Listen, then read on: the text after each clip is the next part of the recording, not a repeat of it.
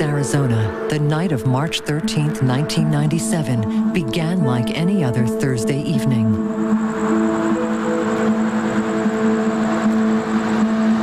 But soon, their city would be at the center of a huge controversy. At 8:25, the phone was ringing in Terry Proctor's kitchen. But the phone could wait. Something else had captured Terry's attention. Gail? The hell with it. Come here. You see it? I don't know what it is yet. 1, 2, 3, 4, 5. That's what he's calling about. What? This. It's something about a V formation. Hurry up. The strange V-shaped lights Terry and his wife had seen moving across the horizon marked the beginning of a series of unusual events. An hour and a half later, something else began glowing in the sky. Definitely far away, south punk. There's two of them. Figure this one out. There's a double. There's a third one. Hey, Sue! Take a look at this. Oh my God! Oh. I hit bait dirt, finally. Throughout the city, hundreds of people witnessed the strange, hovering lights in the night sky. We're just excited. Why not? They keep coming. Wait, whoa! Look at them all. I got that one on video. There's just 4 of them. Look at there's 3 of them all together. I got the third one popping. There's one behind the chimney. One just flared up. I got 4 of them. Major sighting here. Local authorities were flooded with calls from concerned residents. Where is the binocular? I don't know. That's it right there. Oh. You see it? See it? Eye in the middle and it weird. moves. The eye in the middle moves. And if you don't zoom in and out, look at it, it moves in and out. Okay, who do we call? Should we call the Air Force? The eerie lights hung in the sky for about 5 minutes, allowing witnesses to videotape and note many details about the size, shape, and color of the mysterious object. There they are. There's the multiple. Look at that. 1, 2, 3, 5, 6, 7, 8. 8 of them. I'm running out of tape. At one point, there were a total of 9 distinguishable lights in the sky. Then, one by one, they began to disappear. So bright that they would carry, because we're looking at about 25 miles away. The middle one now. There one. Oh, Two, another one. There's another one. Yep, there goes one. As the last light faded out over the horizon, the questions began. What could explain the strange lights and V-shaped objects seen by hundreds hovering in the sky over Phoenix that night?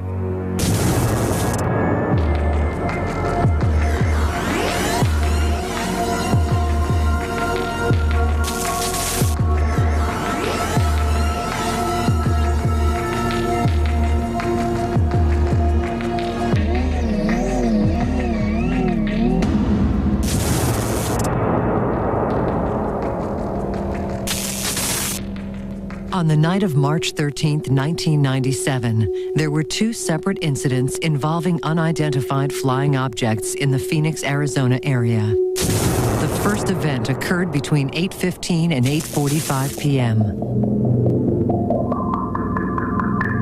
The second, just after 10 p.m.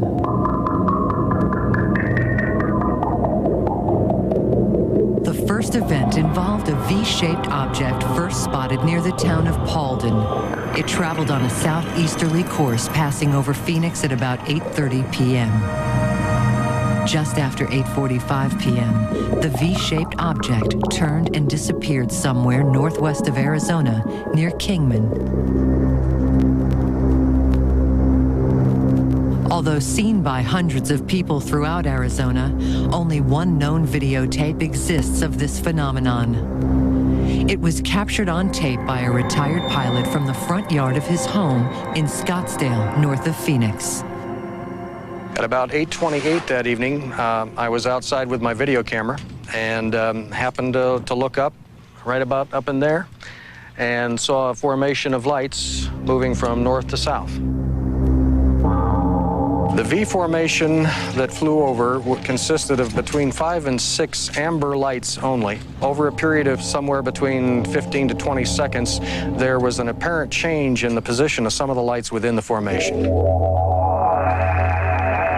The perceived altitude would have been 10 to 15,000 feet, and that would have probably been somewhere in the neighborhood of 300 to 400 knots, given the distance that they traveled. But it was totally silent, completely and totally silent. Although Terry was the only eyewitness to actually record the mysterious V-shaped object on videotape, many other people throughout Arizona reported seeing the UFO that evening. This computer-generated illustration was created by artist Tim Lee. Tim and his entire family witnessed the event from their home in north central Phoenix. The right arm of the object went directly over this house, over the property, and the left arm of that was probably about 2.5 blocks over in that direction. So when it came over, it pretty much dominated this whole quarter of this little valley up here. You could see that between the lights on each arm was solid. There was no stars. You could not see any stars between each light. When it came over, it wasn't moving or wavering back and forth. It wasn't floating or jumping. It almost was like a computer simulation of some kind. It was so straight.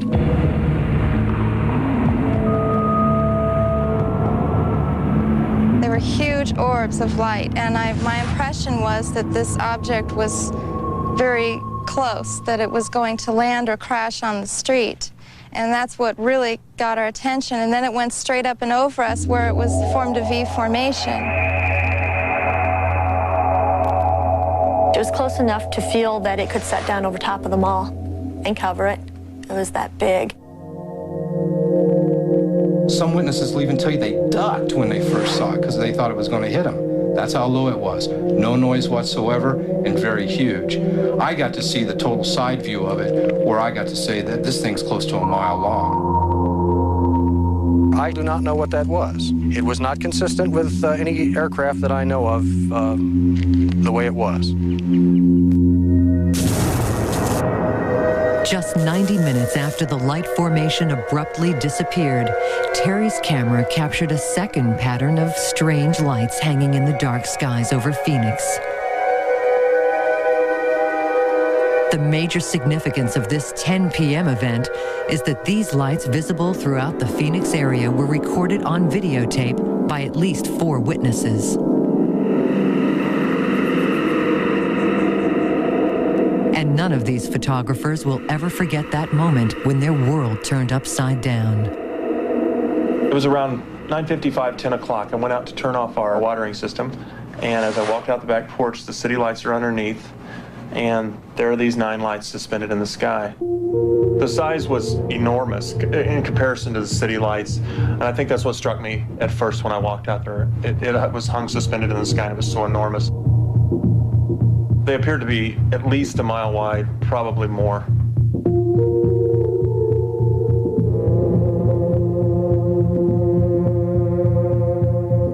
I just got done watching television about 10 o'clock and went out on my patio, and our home faces southwest across the city of Phoenix. And I noticed a bright orange amber type light up on one of the peaks. And there, so I'm going to take a picture of that thing and see what it looks like. Figure this one out. There's a double. As I was videotaping it, all of a sudden, lower and to the right of it, an entire display of lights started to come on in a sequence.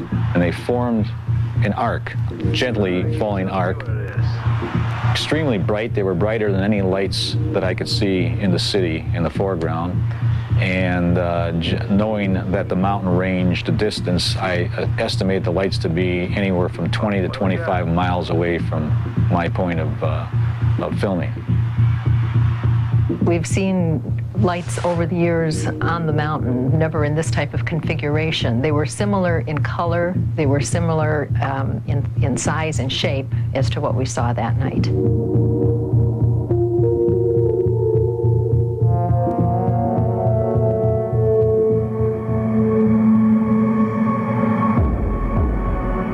Across town, Steve Blonder was actually waiting for the lights to appear that Thursday night. Steve was certain he would see something, as during each of the previous 4 nights, he had witnessed a similar phenomenon in the sky.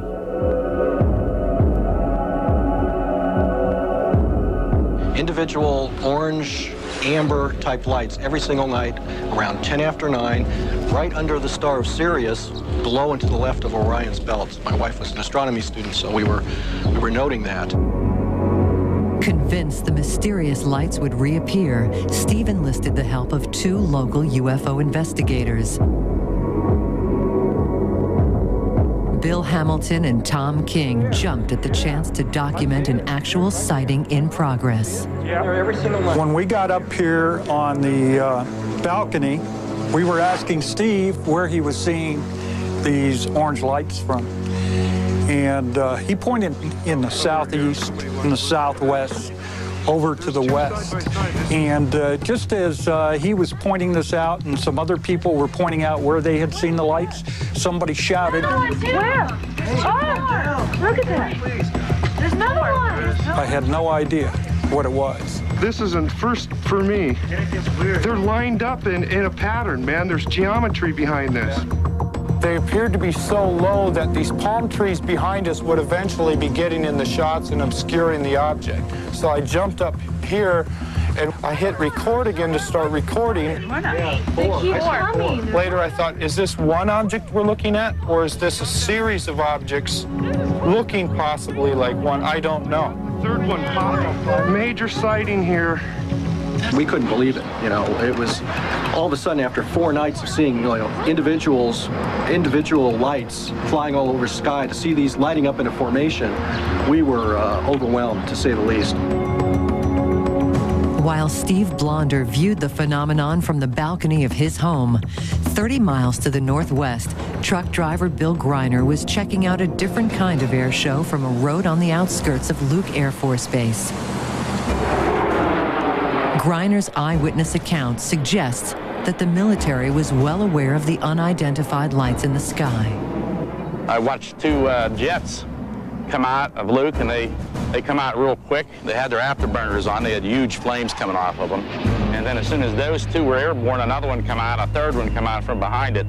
And as soon as they were airborne, all 3 jets made an abrupt turn and headed for the closest object to the base, which was in the southwest. And as soon as the jets got to the object, it shot straight up and disappeared right in front of me. Air traffic controllers at Sky Harbor Airport noticed the lights hovering on the southern horizon. On the evening of March 13th, I was on duty with 7 other controllers, and to the south of the airport over South Mountain, we observed 5 to 6 very bright, amber-colored, equally spaced apart lights. All of our arrivals that evening were inbound from the east, landing to the west, so we thought that they probably weren't airplanes. Oddly, these objects visible with the naked eye did not register on the control tower's radar. And some pilots flying in the area soon became concerned for their own safety.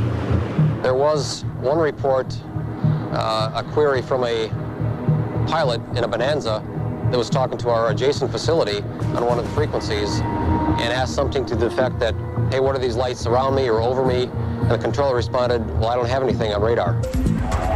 Come on, be an aircraft or something.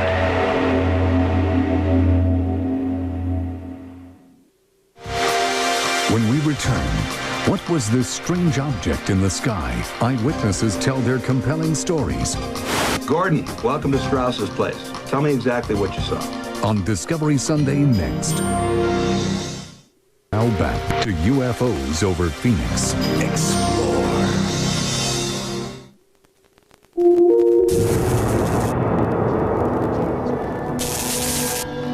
The facts seem clear.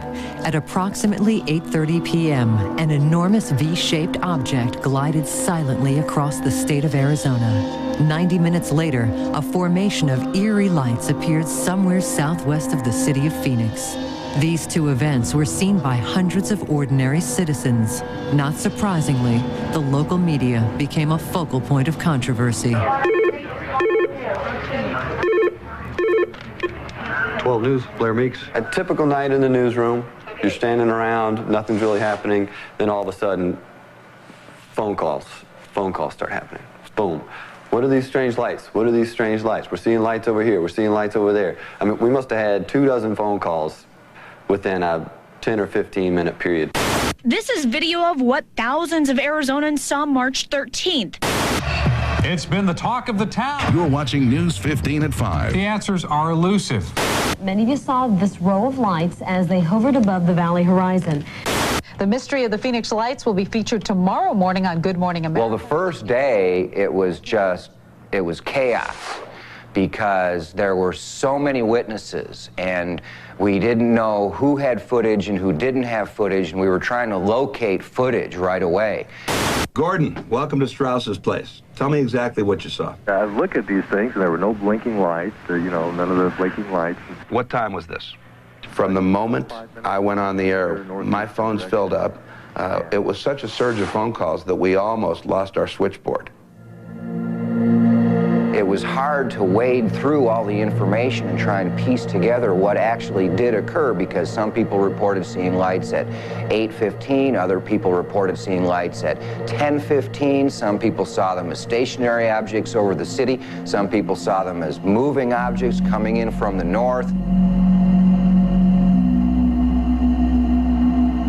Some of the witnesses we talked to seemed very objective, just curious. They would bring us tapes and say, I don't know what this is, but I got it on tape. I'm not some kook out there. I just happened to be outside my house and got these pictures, but I can't explain it. I don't think there was any acceptance at all by the media until it was obvious. There were thousands of people that saw them. The various media outlets in Phoenix were inundated by phone calls on March 13th. But apparently, according to military spokesmen, the switchboard was quiet at nearby Luke Air Force Base. It's my understanding that at least one spokesman from Luke Air Force Base, acting in an official capacity, the following day, that is the 14th of March, represented that Luke Air Force Base had taken no telephone calls about the incident that had occurred the night before. Well, that's an interesting statement because I called them twice that night myself, based on having been given their number by a number of the people who had called us with sighting reports, who said that they had already called Luke Air Force Base. That's a pretty prominent object in the night sky. Moreover, my long-distance telephone log shows very clearly that I did call the base switchboard that night and had lengthy conversations, 5 or 6 minute conversations. Specifically, it was with operator number 5, very nice, very accommodating young woman who admitted to me that her switchboard that night, the 13th of March, had been, to use her term, paralyzed by calls to the switchboard about the object that had flown over Arizona earlier that night.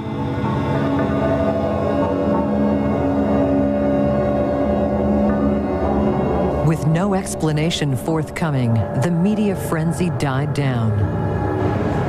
For nearly 2 months, the mysterious lights seen above Phoenix remained just that, a mystery. Despite requests from dozens of eyewitnesses and concerned citizens, no federal, state, or local government agency investigated the incident.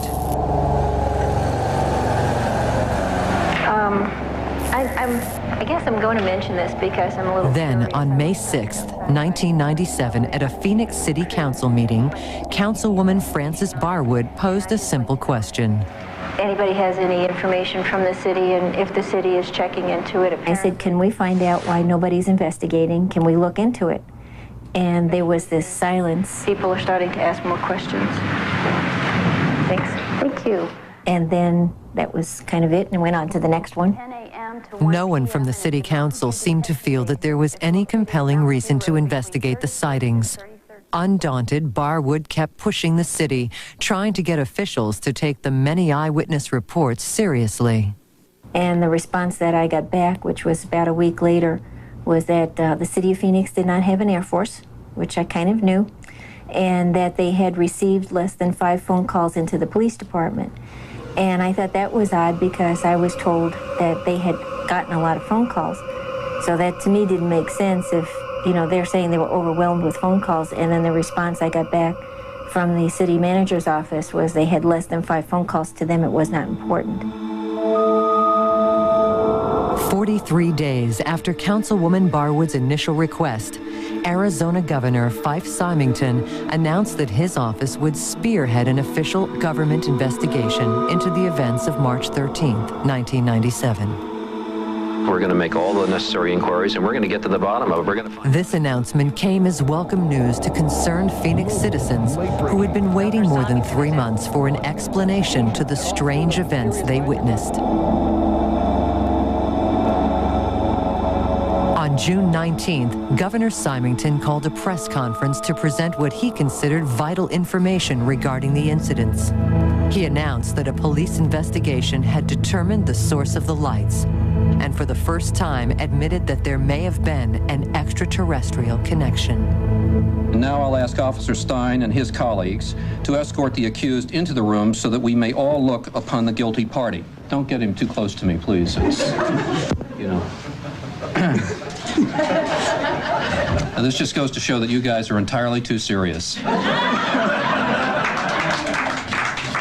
He takes off his mask and he realizes it's one of the governor's aides, and everyone has a good chuckle. Well, some people had a good chuckle. The TV station that carried it live wasn't too happy, but the governor said it was just, you know, a little joke, and he was having some fun with it. My 10-year-old saw that, and that really made her feel uncomfortable because she's feeling that they're sitting there saying that what she saw she didn't see. She saw it, I saw it, other parents saw it, teachers saw it, a lot of people in the valley saw it, but they won't give us an answer. The governor's lighthearted attitude and the lack of any official government investigation to the events of March 13th left many of the concerned eyewitnesses dumbfounded. Frustrated and angry, they began searching for answers on their own. Submitted for your approval. What have we got here?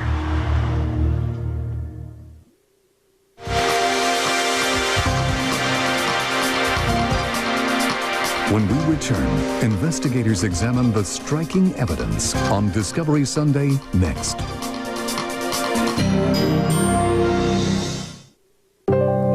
To UFOs over Phoenix. Explore.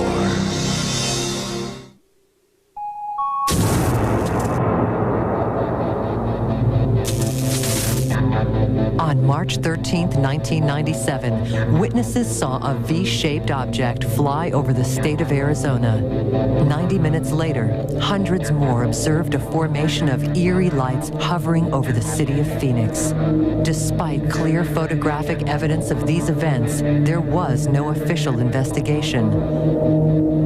Finally, desperate for answers, many eyewitnesses turned elsewhere for help.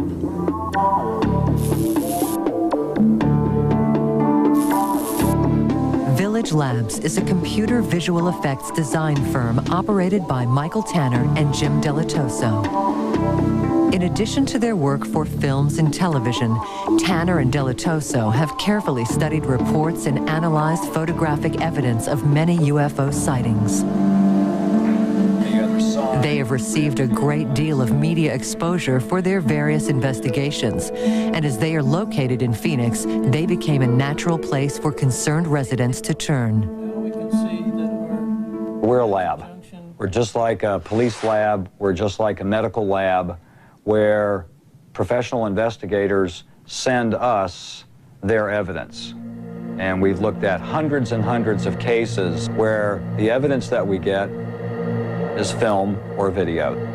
Thanks for coming to the Phoenix Lights briefing number 4. In town meetings like this, eyewitnesses finally found someone who would take them and their sightings seriously.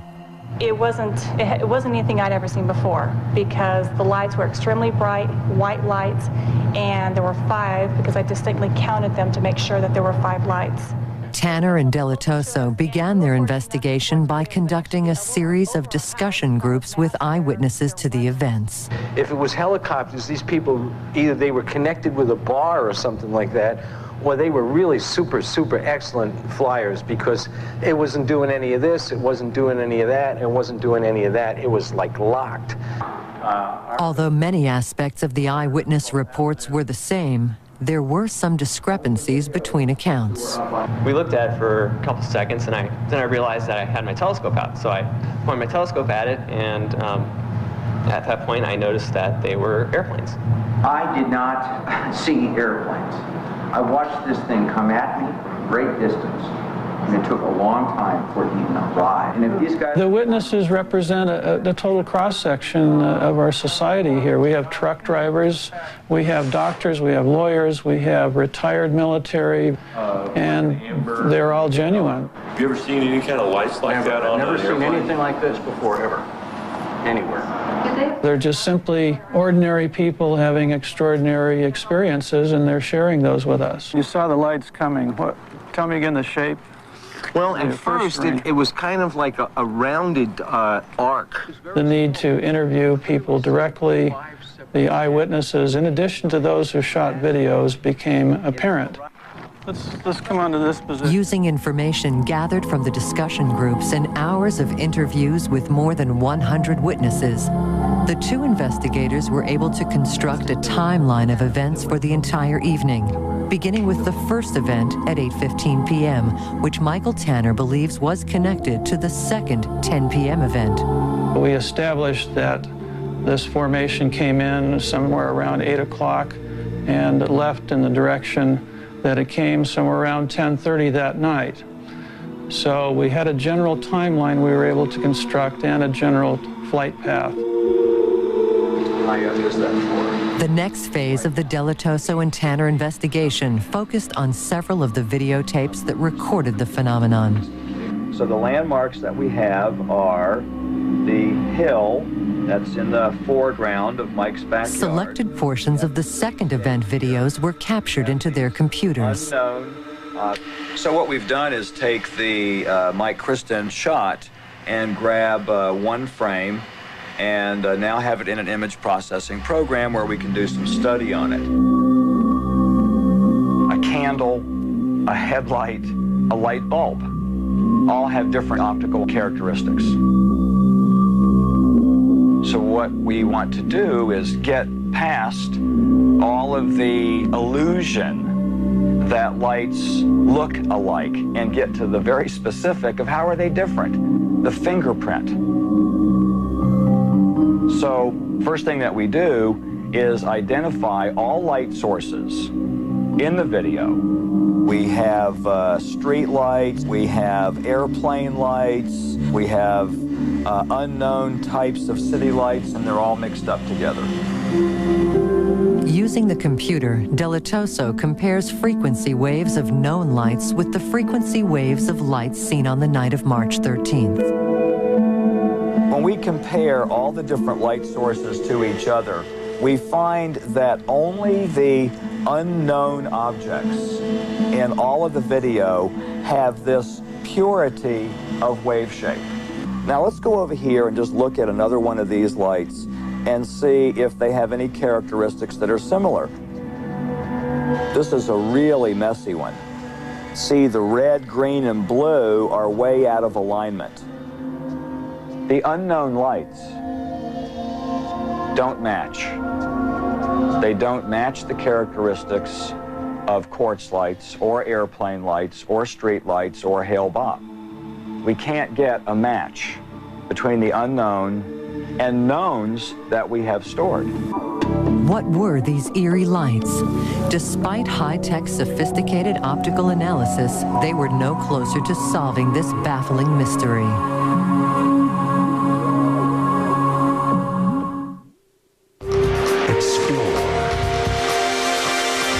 When we return, video technology helps investigators inspect the evidence on Discovery Sunday next.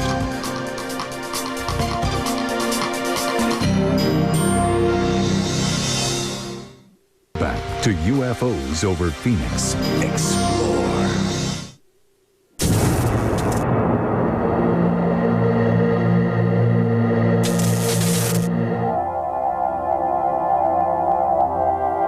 On June 25th, 1997, a convincing explanation for at least one of the Phoenix UFO events emerged from a local TV station.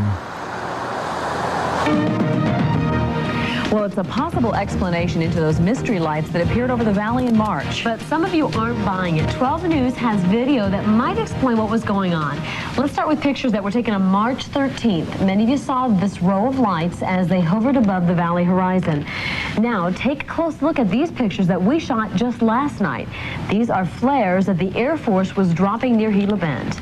Now let's go back to the video from March. You'll remember the lights faded out one by one. Let's take a look. They're going to see how they're slowly fading out one by one. And again, looking back at those flares from last night, they also burn out one by one. There they go.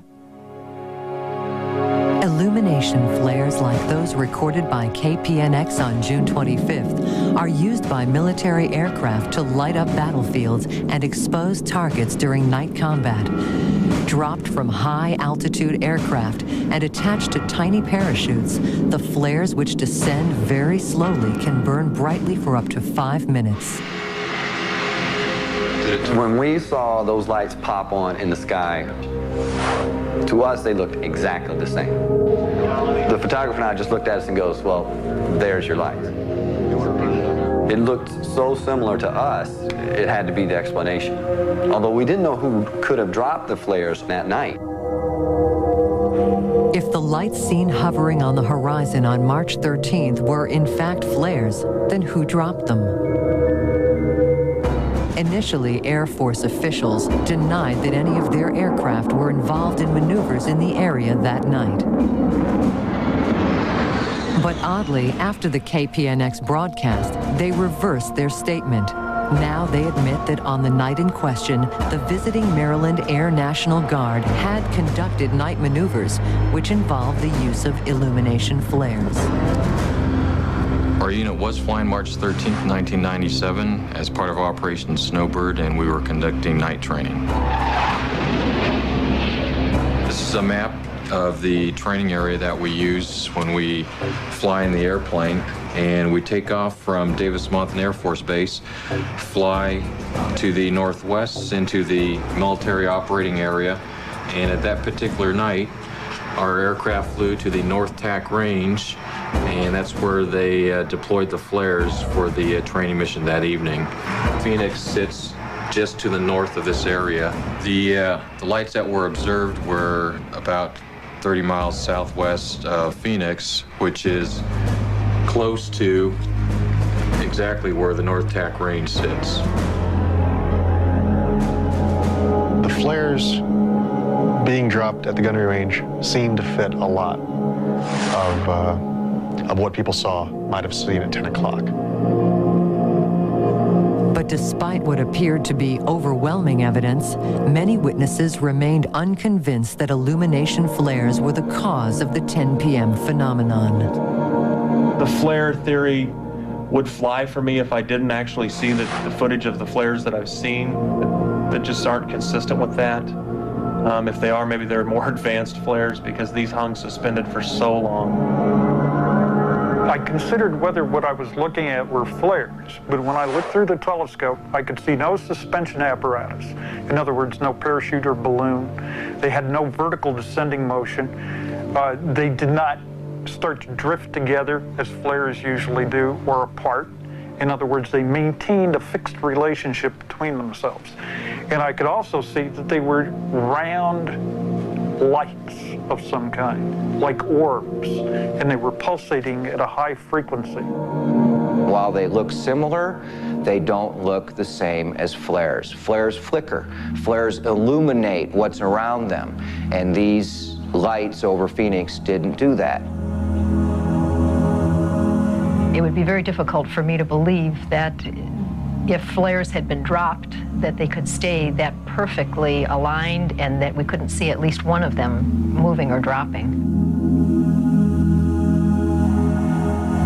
Now, a very key point to this is, to eliminate the flare hypothesis is, we saw no aircraft whatsoever. No jet aircraft, no helicopters that could have dropped these flares. So let's go over and look at this object right here. Shortly after the announcement about the Maryland Air National Guard maneuvers, Jim Delatoso reanalyzed the videotapes. From the Channel 12 video, we have the flare objects. This time, he compared the light formations recorded on March 13th with the images of the illumination flares shot by KPNX on June 25th. When we compared these lights to flares, we didn't get a match.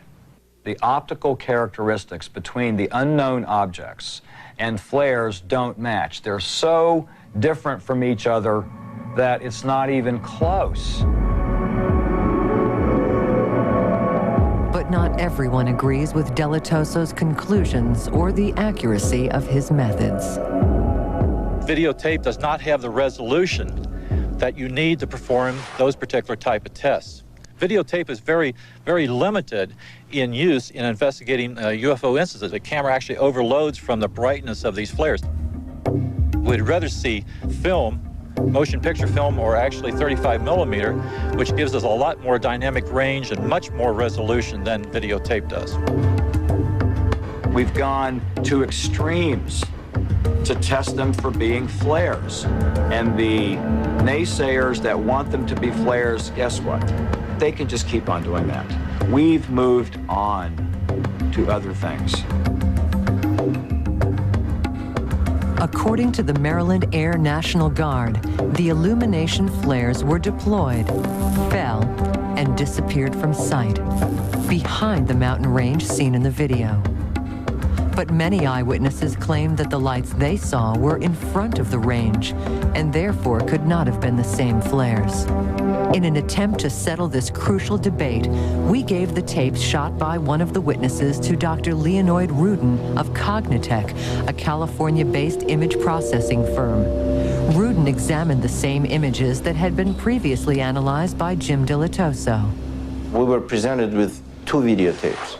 One videotape was shot at night. Another videotape was made during the day from approximately same location with the camera pointing in approximately same direction. Give you the angle, an idea of the surroundings and what we saw at night and the mountains where the lights appeared to be. There's a mountain range here as well.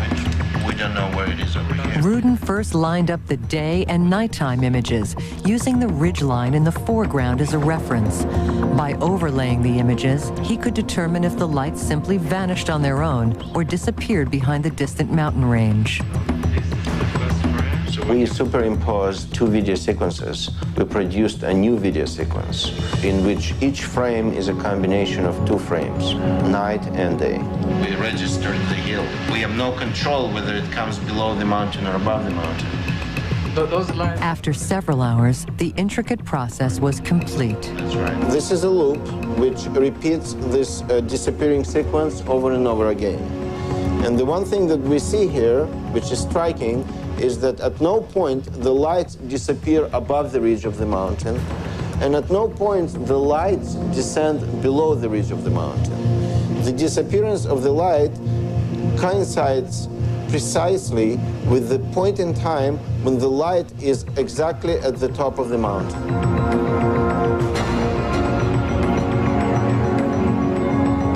And that happens not with one light, not with two lights, but with all the lights that we see on the videotape. Therefore, the only conclusion we have is that those lights are behind the mountains, not in front of the mountains. Armed with this information, watch the videotape again and judge for yourself.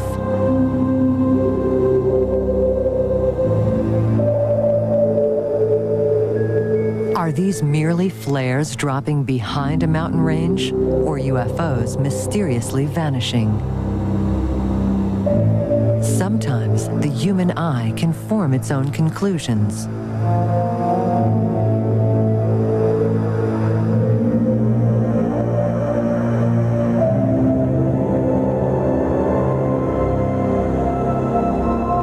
This dramatic demonstration seems to support the contention that the 10 o'clock event was the result of illumination flares being dropped behind the distant ridge. However, the controversy surrounding the V-shaped formation seen between 8:15 and 8:45 p.m. is far from over.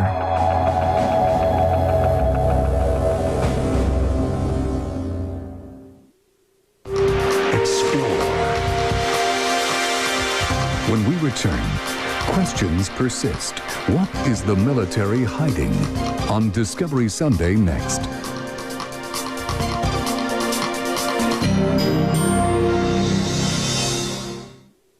To UFOs over Phoenix. Explore.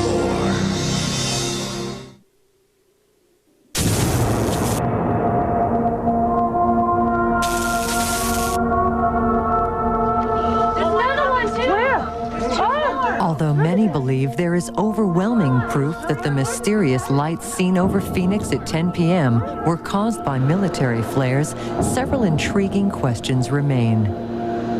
Why didn't the aircraft which deployed the flares show up on radar? 7.40, United 489. What caused the similar phenomenon seen and recorded on video by Steve Blonder 3 days earlier? There's one right there.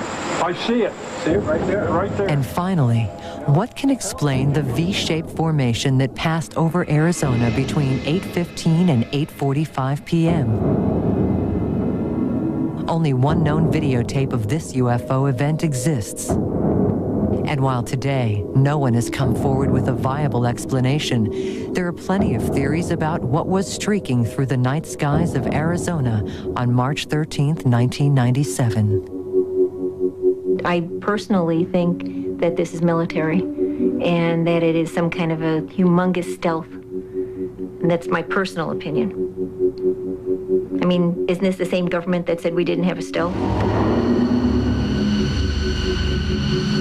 Could be anything from a stealth aircraft or a black project, could even be a military weapon that's actually creating like a hologram image, and that's why the description varies on the shape and makeup of the object. If this was a large, top-secret military aircraft, why are they flying it over one of the largest metropolitan areas in the country with the lights on? What's up with that, you know? And so for that reason, that theory is hard for me to accept as the answer. There's just not enough evidence to convince me that it was tactical aircraft or something from another world. It's somewhere, it could be somewhere in between. I mean, there's just no way for me to know. I get a feeling that people are unsettled because there are no clear-cut answers. I get a feeling that the people that want to believe are unsettled because we can't get any kind of answers that seem to tie up all the loose ends. And I believe that the people that scoff at the idea of extraterrestrial craft visiting Phoenix, I believe they're a little unsettled because thus far, it certainly hasn't been disproven that that was the case. Some believe that the key to solving the mystery of both events may lie in the reaction and actions taken by military officials on the night of March 13th, 1997. Jim Delatoso is convinced that any flares released that evening were directly related to the V-shaped UFO seen between 8:15 and 8:45 p.m. But what probably happened is that unknown aircraft of unknown origin penetrated into military airspace. And this has happened before. And the U.S. Air Force deployed planes to follow these unknown aircraft. And the military aircraft flew in a circle around the state, released flares as a decoy, and the unknown objects went away. Maybe they'll be back. Peter Davenport of the UFO Reporting Center also believes the military is hiding the truth about what really happened that night.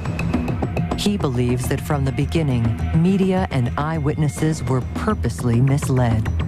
Approximately 7 hours after the first report of this incident, we received a number of contacts, communications from individuals who represented to us. They asserted that they worked on Luke Air Force Base, and they gave us a volume of information about the details of an alleged scramble of F-15C fighters that night.